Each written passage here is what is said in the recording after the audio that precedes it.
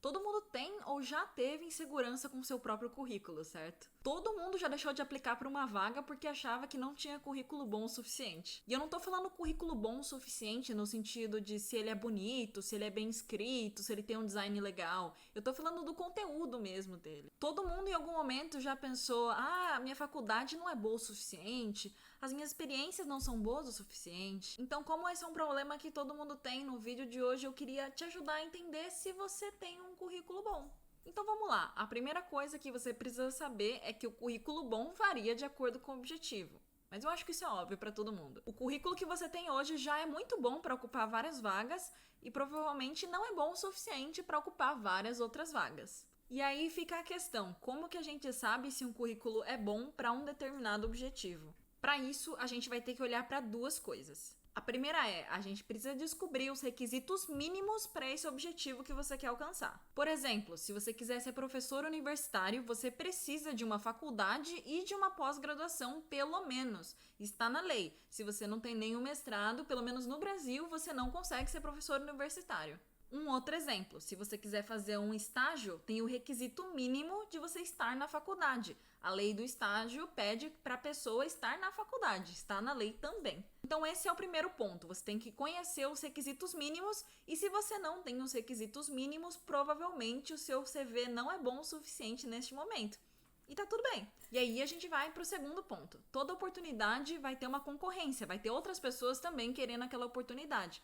E o seu currículo vai ser bom ou não dependendo do currículo das outras pessoas que estão competindo com você. Porque quando você aplica para uma oportunidade, o RH vai olhar o seu currículo e comparar com o currículo dessas outras pessoas. E nessa comparação, o seu currículo inteiro conta. Tudo que você já fez conta. Suas experiências de trabalho anteriores, se você fez faculdade ou não, onde você fez, que curso você fez, iniciações científicas, hackathons, projetos, tudo pode contar. E daí nessa parte as coisas ficam muito mais complicadas e subjetivas pra gente discutir, porque o nível do currículo das pessoas vai variar muito de empresa para empresa, de cargo para cargo. Você só consegue saber se seu currículo é bom o suficiente para aquela vaga aplicando para aquela vaga. Que daí, se você for chamado para entrevista, significa que o seu currículo foi bom o suficiente para passar no filtro do recrutamento. Mas lembrando que se você não for chamado para entrevista, não significa que seu currículo não é bom o suficiente. Muitas vezes você só vai dar azar mesmo. Às vezes o recrutador recebeu 1000 currículos para uma vaga, ele não vai dar conta de olhar 1000 currículos, daí ele vai só olhar para os 100 primeiros e o seu não estava naqueles 100 primeiros. Então, se você não for chamado para uma entrevista, não desiste, continua melhorando o seu currículo e continua aplicando para mais vagas. E conforme você for aplicando para mais vagas e sendo chamado para mais entrevistas,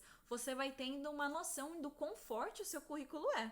Por exemplo, se você foi chamado para uma entrevista no Banco do Brasil, provavelmente você consegue ser chamado por uma empresa de nível parecido, por exemplo, o Santander.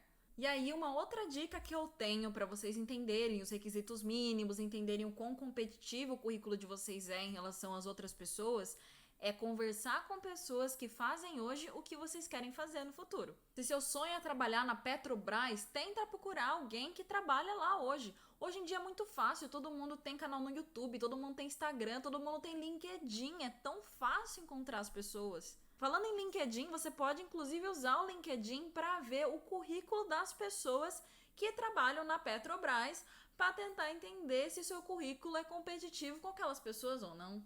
O ponto importante aqui seja um cara de pau. Todas as oportunidades que eu alcancei na vida foi perguntando para pessoas que alcançaram aquilo que eu queria alcançar. Uma coisa que eu aprendi na vida é: ninguém consegue nada sozinho. A gente sempre tem ajuda de alguma outra pessoa. Então, usem isso a favor de vocês, usem as pessoas.